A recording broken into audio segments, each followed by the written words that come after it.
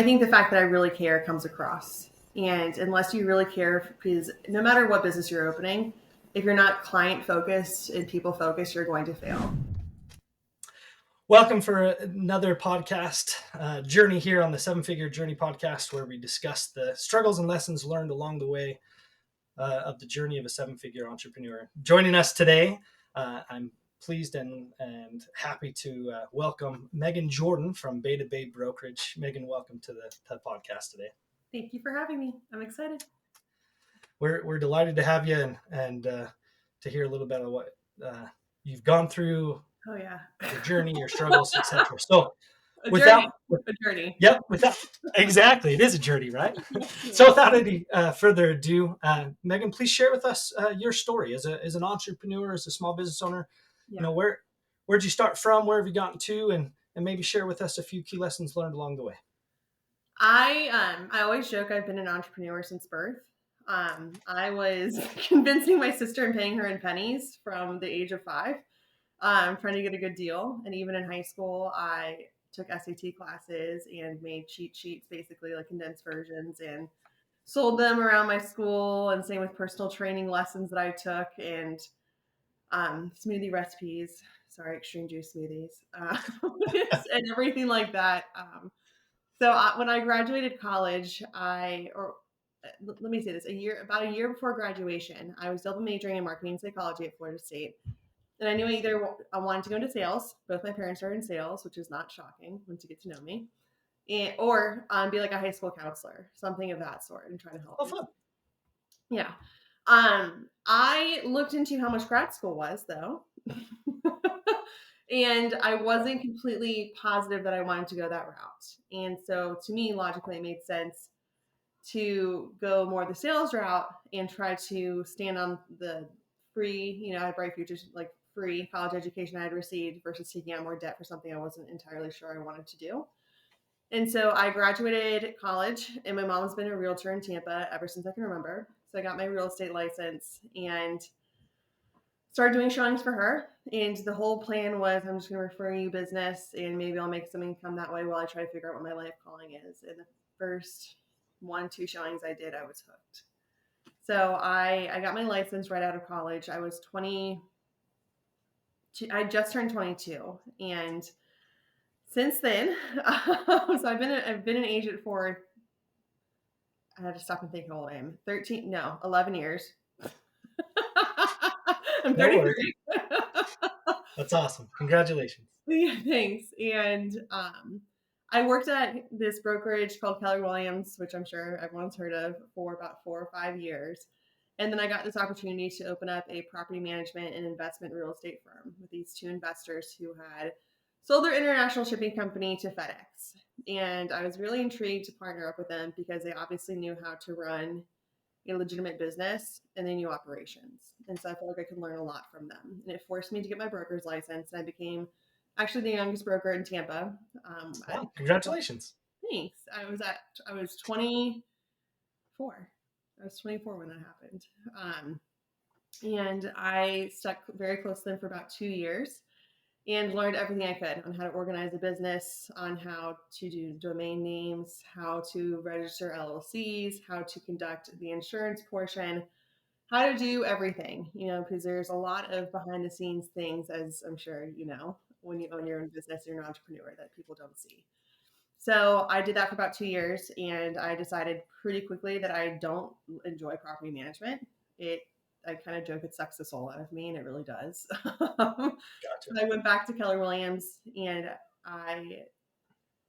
by this time I knew how to run a business. I knew how to do these things, and I wasn't entirely sure why I was paying a commission split. And my goal had always been to open up my own brokerage and stand on my own 2 feet. So when I was 28, I opened up Beta Bay Brokerage. That was in 2019, if I did my math right. And I opened up Beta Bay Brokerage in January of 2019. And since then, we've been doing really well. I'm the broker of the company, the owner of record. I have 15 agents underneath me, and I cap it at 20 because if I do more than 20, I'm spending the majority of my day managing people. And it's not that I don't enjoy managing people. but I also really enjoy sales and I love what I do. And I do not want to give that up. And it's not worth it to me. So I cap it about 20. So we typically fluctuate between 13 and 18. So I have 15 agents with me right now. In Tampa, I'm in the top 1% of agents as far as sales volume goes.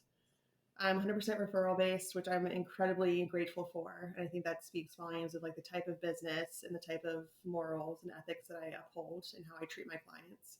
Yeah, absolutely. Yeah. And that's probably the number one thing I'm the most proud of is just the fact that when you read, like, even when you read my reviews, I think the fact that I really care comes across. And unless you really care, because no matter what business you're opening, if you're not client focused and people focused, you're going to fail because people want to be treated like humans. They want to be treated with heart and they don't want to be treated like a transaction. And that could be business to business, business to consumer, whatever it is. So that's probably the number one thing I'm the most proud of. Awesome. Yeah. So, and since then, gosh, so I opened up Beta Bay in 2019. In 2020, COVID hit. Right. In March of 2020, came to the US, and in April of 2020, I had my first baby. And it was a hard year. Oh my gosh, it was so hard because daycare was closed down. My husband didn't have paternity leave. So Clark, who's my oldest now, I have two sons. Clark just went to every appointment with me. I have this one client who joked that when Clark was 3 weeks old, I was wheeling him around a construction site in a bassinet. Right. Trying to just do what I needed to do to survive and keep going because no one knew what was going to happen. So yeah, that's how I got into it. That's a little bit of my journey so far with it. And I will do this job whenever I have clients say like they were going to postpone for a few months or whatever it might be. Like I'm going to do this job to the day I die. And because I truly love it. Even when I was pregnant with Clark and had him in 2020, I had multiple crying sessions where I told my husband I wasn't sure I was going to love my son as much as I love my job. And it scared me. And in retrospect, that seems insane, but that's truly a testament of how much I really enjoy what I do. And I feel very Right. blessed and lucky to say that because not many people can. Yeah, no, absolutely. Yeah. Absolutely. Wow. Yeah. So as a young mother Yes. having a new child, as a young entrepreneur having a new business, Yes. what's some advice that you can maybe give to some other women who are finding themselves in a very similar role where they've got a young business that they've just started up and they're also trying to start a family and kind of go that route. What are some lessons that you've learned as an entrepreneur, as a mother, that have kind of coincided and helped you along your way? The motherhood and businesses are the same, and what you put into it is what you get out of it. And whenever I have the nights, I make it a very like pretty strict rule of when I'm home with my children, like when they get home from daycare. It's like from 4:30 to 8:30 when they go to bed. I am present. I'm not working. They do not see my computer out. I'll answer a phone call every once in a while if I'm up against a very tight timeline and it's an emergency. But what that requires is because I set that time aside for my kids is that when they go to bed, like I go back to work. And so it's one of those things of you have to make sure that you love what you're about to do, or else you're going to get so burned out so quickly. And setting boundaries as far as like time. And I did not do that with my first kid for the first year. And I regret that. I really do. I didn't set the boundaries of during this time frame, I'm not going to work. Work came first. And I started going to therapy about these are my fears that I'm a bad mom and I'm letting my kid down already. And that's kind of the advice that I was given. And I'm smart enough to know that I don't know everything and that I should take advice of others and Love it. not reinvent the wheel. And so when that was sent to me and advice was given, I took action upon it. And that's been a really big game changer for me. The other portion of advice is to ask for help and outsource the things that aren't dollar productive for you. So I do not enjoy doing my taxes. I do not enjoy doing QuickBooks. All of that stuff I outsource. And I've asked people that I trust who they recommend to also own businesses and that I respect and how they run their businesses. And I've taken their advice and I've hired who they've hired, and I haven't shopped around for the best deal, but I've gone on trust alone. And that's been a big thing for me. So the stuff like that takes time away from my family and my business, I outsource. That's not to That's say I outsource everything, because you have to be involved in your business to right. a certain extent. But God, I hate taxes. I hate doing taxes, I should say. It's like a different language to me. And I just don't want to learn. Right. And there's nothing wrong with that. And I'll be completely frank and honest with you. Um, in my dealings with hundreds and hundreds of small business owners, you're not alone in that. No. Most people, believe it or not, they're super passionate about what they started their business in. So for you, for example, you're super passionate about helping people and going through this process and setting them up for success. Guess what? That doesn't mean that you have to also love numbers I and deal with that back end stuff. I love doing spreadsheets. I married an Oh, engineer, okay. so I love doing the business analytics side, but accounting is like a different language to me, and I do not understand it. So like the analytics side, I actually enjoy doing. So I keep that to myself. Great. But the other stuff that I don't enjoy doing, I outsource. Yeah. And there's nothing wrong with that. Yeah. And I think too few business owners give themselves the okay of, hey, you know what? You have permission. It's okay to find somebody else that's good at this thing that you're not Yeah. good at. And understanding the difference between your own personal weaknesses and strengths. And Mhm. it's okay to say, hey, in order to be successful as a team, I'm going to bring people in either, contractually where they're just an outsourced part or an actual team member Yeah. that has that skill set that I don't have. And I'm Yep. going to use that. Yeah. There's no reason for us to intentionally spend time on things that we know are taking us away from the things we should be working on. Yes. I So completely. that's great. I'm so glad that you were able to learn that and your willingness to share that with us. Yeah. When you get in that pain, you're willing to make any kind of change. Yep, it's so true, right? Yes, So and I was true. burned out. Changes needed to happen, so I took advice and followed direction. Yeah. When you started making these ideas, thank you so much for sharing this thought of being intentional about taking time and space away from for your family and say, nope, I'm blocking this time off. I'm going to be intentional about it. How did that affect your team members when you first started doing that? Yeah. So they all know that, and I'm very upfront about that. And I'm a big advocate of setting expectations up front, because that's the biggest lapse in communication, is when expectations either go unsaid or miscommunicated. And so all of Right. my team members know that. And if something is an actual emergency, they know they text me SOS, and they text me like a quick synopsis, and I'll excuse myself when the time is right and go take their call.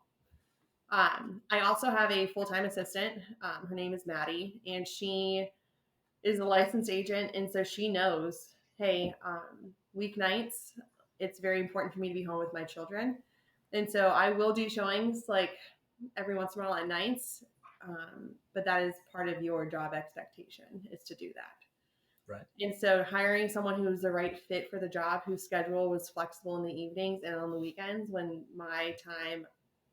I value my time with my children, was also a game changer for me, because for a while, and other people that I saw run their own businesses want to do everything all by themselves, and Right. it's the fear of spending money, it's the fear of the lack of control, of trusting another human, and their businesses either didn't grow or they got burned out, and both are death. And so finding someone who had the right fit, kind of an opposite schedule of me, was a huge game changer. A huge game changer. I hope she listens to this. I could not do my job without her. I would. Take that to heart, whoever you are. Yes, I'm very grateful to have someone that I trust in that position. Very much Fantastic. so. Yeah. No, thank you so much. I love this concept of, hey, if I want to continue to grow and do what I want to do, then I need to be intentional about getting the right people, Mm-hmm. being very clear with expectations, and then holding them to that, and also holding myself to those same expectations, right? It Yeah. doesn't do you any good if you hire somebody and say, hey, I need you to work the nights and weekends when I value my time with my family, if the whole time during nights and weekends you're going to be working anyway. I know. right?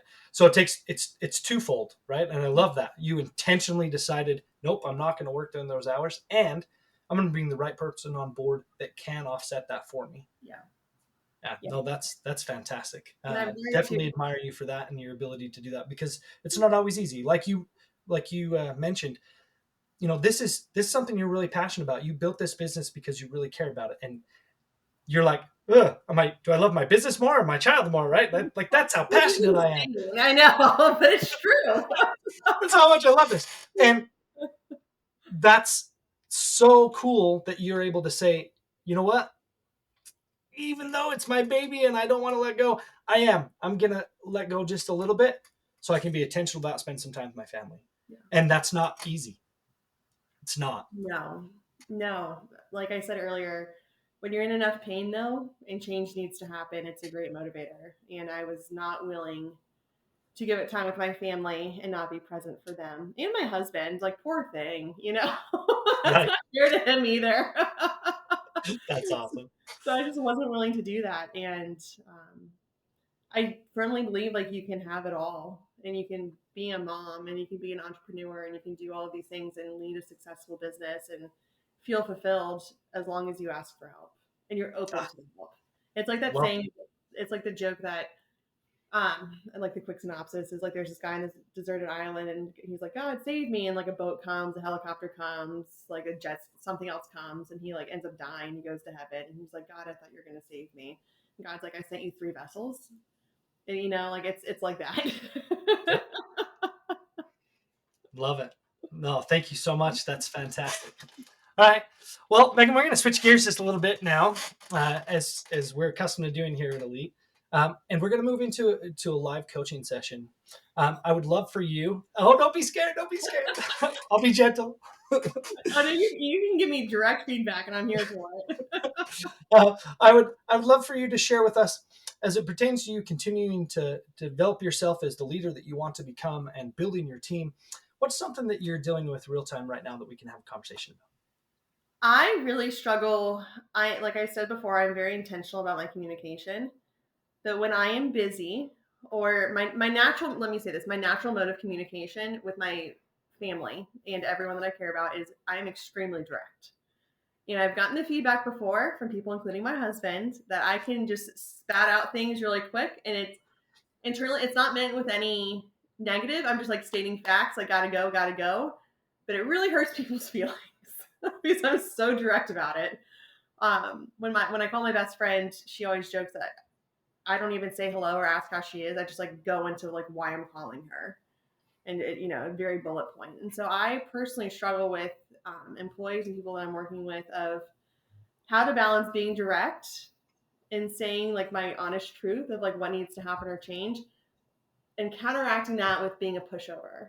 I need to like struggling with and that's honestly, it's not even with work all the time. It's like any kind of like intimate relationship that you have, which a lot of it for me is in business, of how to give that solid direction and feedback or state what you need without being a pushover or without being so direct that it turns people off and the real message is not heard.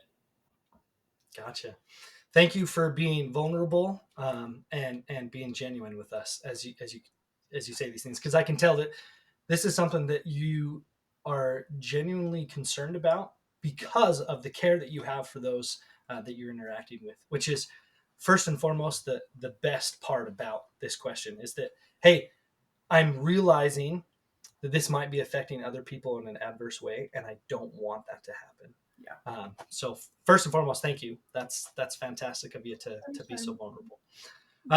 In my experience, these are a few things that I feel could maybe help or mitigate this type of situation. I'm going to ask a few questions though first.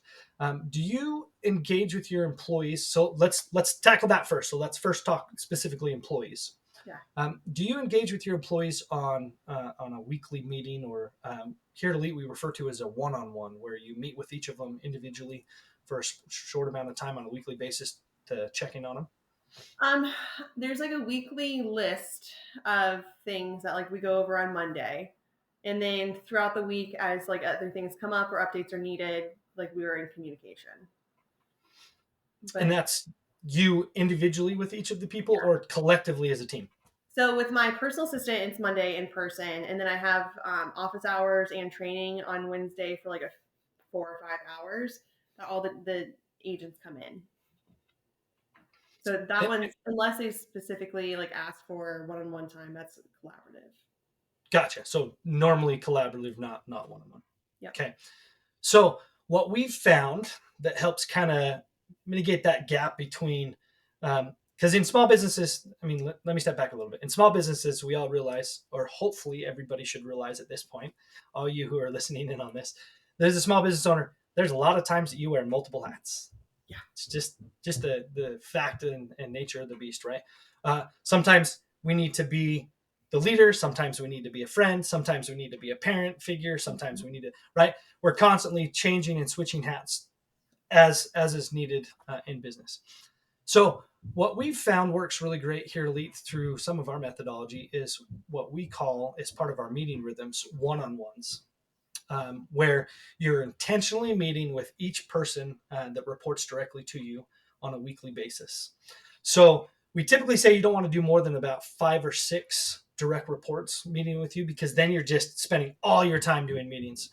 So where you have a little bit bigger organization where there's 15 of you who are agents, plus you have your personal assistant, right? So that would be 16 one-on-ones. That would be way too much for you to do. I wouldn't Right? get anything else done. Yeah. Yeah, exactly. So it'd be more of a identifying maybe a couple of those agents that you feel could maybe be in more of like a lead role or a supervisory role, where you could say, okay, hey, I'm going to do your one-on-one, but I'm also going to have you do, 3 or 4 one-on-ones under you or whatever. So setting up some kind of organization, in your org chart or some way so that you can have that identified. But what we found doing the weekly one-on-ones does is several things. One of which is helps with this particular dilemma that you're facing. What we do is we say get intentional. One-on-one is just like 30 minutes. That's all it is.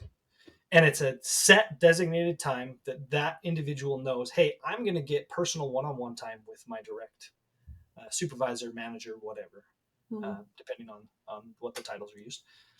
And the first 15 minutes of that is just a real quick, hey, how are you doing as an individual? I'm going to check in on you as a person, totally separate from business for a minute. Okay. And I'm going to say, how are you doing? What are some hopes and dreams that you have in your life? How's your family life? Whatever. You're going to give 15 minutes of just personal attention to them. Does several things. It makes them feel seen and heard. Yeah. And it allows them to know that, oh, wait, Megan actually cares about me outside of just what I do at work. Yeah. Are you kidding me? Right. And I'm not saying that you're not already giving them that feeling. They may already feel completely loved and taken care of by you. But this intentional time on a weekly basis makes them know, okay, she's taking some of her time directly for me, and she's caring about me on a personal level. Then the last half of that one-on-one, so the next 15 minutes, is all about accountability. That's when you're going to say, okay, here's an opportunity for you to self-report back to me. How are you doing in your role? Not sure how you do it. We talk through here to Lead about big threes, which is basically just another way of talking about KPIs, your key performance indicators. But what are the most important things needed for the success of your role, so that you as an individual, as an employee of the company, knows what it looks like to win on a daily basis? And then I'm going to hold you accountable for that. That's a good question. Yeah. So then you're saying, hey, now you get the opportunity to report to me how you're doing in your job, in your position, in your role. And you take a few minutes to hold them accountable. Okay. 2 things that this does by having these weekly a few things, not just 2. There's a few things that having these weekly one-on-ones does. Number 1, it sets them up for an opportunity, time, and space to not bother you on all the questions that come up on a daily basis. Yeah. So it's going to free you up on a little bit of continued calls and conversations and interruptions throughout your day, because now this individual says, hey, I have this question that came up. Is it immediate? Is it important? Do I need to know right now? Is it an emergency? Oh, no, it's not. Perfect. I have a scheduled one-on-one with Megan on Thursday at 4:00. I'm going to write myself a note. I'm going to bring it up on that one-on-one. Mm-hmm. This gives them a designated time and place to bring these things up with you so that they're not interrupting and your doors just flinging back and forth, Yes. right? The other thing this does is it allows for you to get an intimate relationship with each of your employees so that you understand their personality, they understand your personality, and they understand how the two of you interact with each other. Yeah. By establishing that, you're setting yourself up for success later on, because then when you're having these moments where somebody comes to you, asks you a question, and you're just giving the answer because, hey, time's money, I got to get to the next thing. They're understanding, oh, well, that's just the way Megan is. And they're not going to feel that offense or that hurt because they know that, hey, I'm going to have a one-on-one with her where she's not going to be worried about all those other things. She's not going to be straight and to the point with me. She's going to say, for instance, if I'm having a one-on-one with you, you're going to come in and you say, John, how are you? I'm going to be like, oh, I'm the focal point right now. Yeah. I'm the important thing. Yay! And it really does it because it helps eliminate those weird feelings, because now they're going to know, okay, Megan does care about me, but she also really cares about this business. Yeah. And so when she's having these quick, short answers to my questions, it has nothing to do with me on a personal level. It's all business. And so I now don't have to be offended by that or feel offense to that, because I know that I'm going to get my 15 minutes of personal time with her once a week. I like that a lot. And then you're going to feel that, right? So you're building that connection. They're feeling like they're cared about. They're seen, they're heard as an individual. And they also know now what it looks like to win on a daily basis, because you're holding them accountable to it. And so you're setting them up for success and feeling like they're achieving and winning on a daily basis. And you're giving them an opportunity to tell you what really matters most to them in their personal life. And then you're jotting little notes down. So when you come back to them the next time and you meet with them, you're like, hey, how are you doing? How's your husband doing? You mentioned last time that we met that such and such was happening, or how's your kid doing, or how's your dog? You had mentioned your dog was struggling, or whatever. You can be a part of what really motivates them and makes them feel special as an individual. And the other thing that's going to do is it's going to build this sense of loyalty to them, because they're going to be like, you know what, I'm sticking around. Because not only does Megan hold me accountable and make sure that I'm getting the work done, which feels good because then I know how to win and I have direction and it feels good, but she actually cares about me as an individual. And by doing this simple meeting rhythm, right, just setting this up so it's ongoing, you're going to eliminate that angst of, oh, well, when I'm quickly having a conversation with her, sometimes, well, she's kind of abrasive. Very abrasive, right?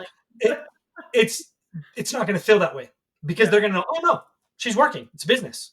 Okay, I don't have to take this personally at all, because I've seen her, and when she's focused on me and pushes everything else out, I know, oh, okay, that sounded kind of harsh, but really it wasn't. She was just focused and trying to get me to do my job. Because when I have a conversation with her, she's not that way. And then that way everybody gets to see both sides of you. And so they know, oh, okay, no, she's just busy. It's business. No worries. I don't need to take it personally. Yeah. I really like all of that feedback very much. I like the explanation of it from the employee's perspective as well as ours. I like the benefit for both.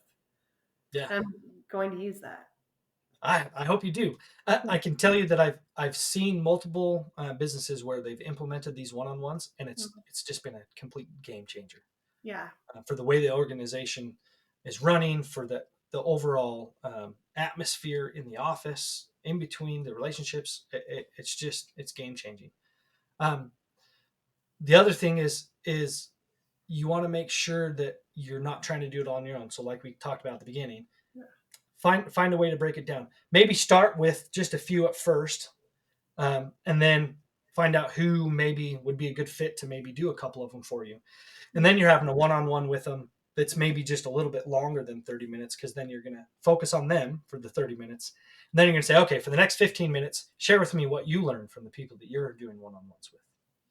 And then that way you're still getting all the information without having to actually conduct all 15 or 16 of these one-on-ones on Yeah. your own.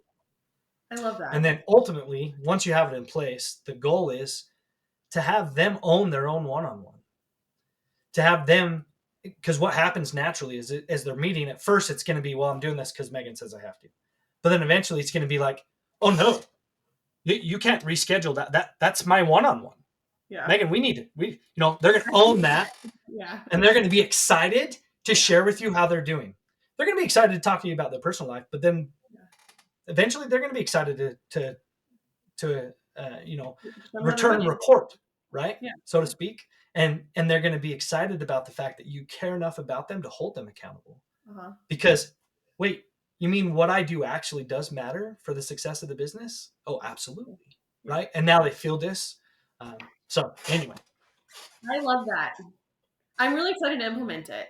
I wish you and I had one-on-ones every week where I could then report back to you about my wins with my company. Love it. Love it. Well, as you brought up, it's best for all of us to look for opportunities to learn for others. We have a saying here at Elite that everybody needs a coach. Coaches need coaches, yes. Right? We all need somebody to be an accountability partner with us, and also somebody that we can say, hey, something's off in this. I'm not seeing it. I need an outside perspective. Yes. Share with me, your thoughts. I'm going to tell you what's going on. I'd love to hear it. Because sometimes when we're stuck down in the weeds and the thick of things, we can't see the 30,000-foot view of right there. Yeah. what could maybe be happening, right? Yes. No, I completely agree with that. Coaches need coaches. Awesome. I love that. Well, Megan, thank you so much for joining us on our episode today here Thank at you. This has been the great. 7-Figure Entrepreneur Podcast. We're grateful for you and your perspectives. Thank you for sharing your story. What an awesome story you have. I love your intentionality about making sure that you're intentionally setting aside the time that you need to do the things that you care about the most, both in your business and outside of your business, and intentionally saying, you know what? Things that I don't need to be doing, I'm going to bring somebody else along to help me with that. And that's okay. And I'm going to be more successful and more happy in my businesses as I do that. I love that. I'm grateful for that. All of you listeners who are listening on this podcast, if you know of anybody who could really benefit from what we've discussed today, please take a few moments, share with them, let them see this. As always here at Elite, we believe in the saying that the best leaders build the best businesses, and the best businesses win. So until next time, thanks for joining us, and we hope to see you again soon.